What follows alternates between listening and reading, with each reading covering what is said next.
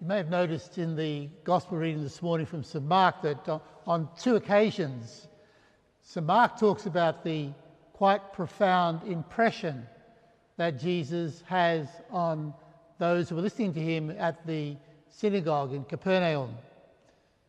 In the practice of those days, it was allowed that, if you like, guest preachers could address the local community at their Sabbath gathering. So the local people then would have heard from a number of different preachers and teachers at different times, especially some like the scribes, who had some training in the interpretation of the law. The people immediately noticed that Jesus was different.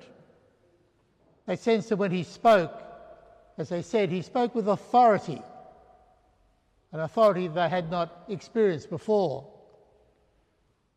They experienced, in other words, his teaching somehow being quite clear and decisive. And the people were refreshed and inspired by what they heard Jesus say.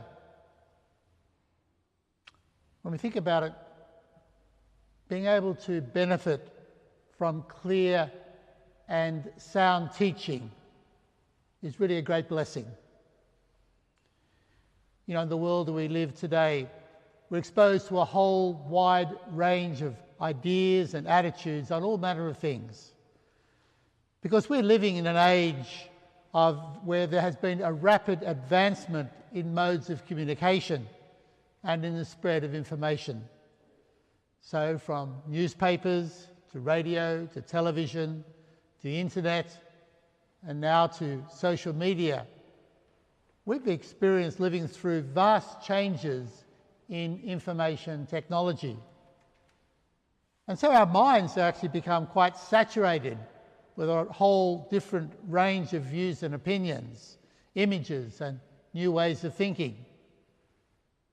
We cannot help but be swayed one way or another by what is often very skillfully presented to us. I think we all know that we really do need now to develop a greater level of critical evaluation of what is being presented to us, because we're aware of the spread of misinformation. We now speak about the dissemination of fake news. And the algorithms that drive what comes to us in the social media can very easily be manipulated. They can extract data that can enable them to control the mental and relational habits for commercial or political purposes, often without us being aware of it. So the effect of all of this, of course, is that it can seriously endanger our freedom of choice. On the web, these algorithms can structure the flow of data according to criteria of selection that are just not perceived by the user. It's good to remember that, in a way, technology is not neutral. It's not neutral because those involved in its development and application are conditioned by their own personal, social, or cultural values. And now, with the advent of artificial intelligence, new horizons have opened up. Artificial intelligence can be used, yes, to make great beneficial contribution to the future of humanity.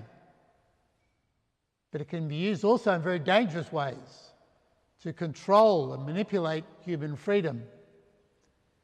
It's so necessary for those involved in its development to act ethically and responsibly. For instance, thus in the future, the reliability of an applicant for a mortgage, the suitability of an individual for a job, the right to social assistance or to a visa to enter a country, can now all be determined by artificial intelligence systems. The danger here, very simply, is that the systems and not people will be determining outcomes that will deeply affect people's lives and futures. So algorithms in themselves cannot be allowed to determine how we determine the decisions that deeply affect human life. And so set aside essential human values like mercy and compassion.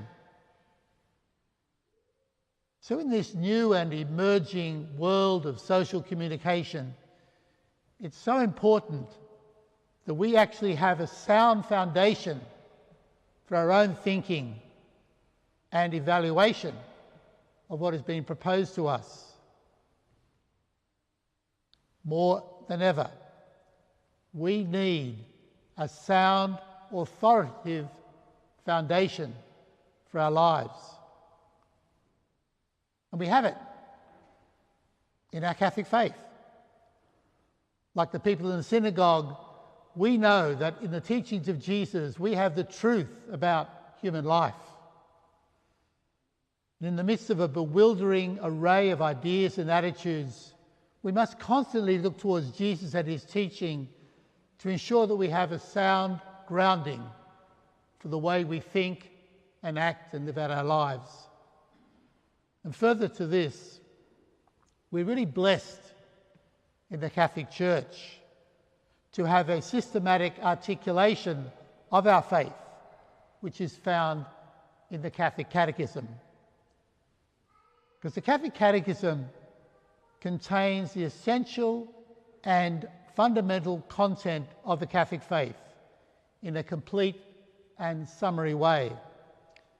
It presents what Catholics throughout the world believe in common, and it presents these truths in a way that facilitates their understanding. The Catechism presents Catholic doctrine within the context of the Church's history and tradition. Frequent references to sacred scripture, to the writing of the Fathers, the lives and writings of the saints, concilia and papal documents and liturgical texts enrich the Catechism in a way that is both inviting and challenging. There are over 3,000 footnotes in the Catholic Catechism. And today, I'd like to recommend that if you haven't got one, you should get a Catholic Catechism.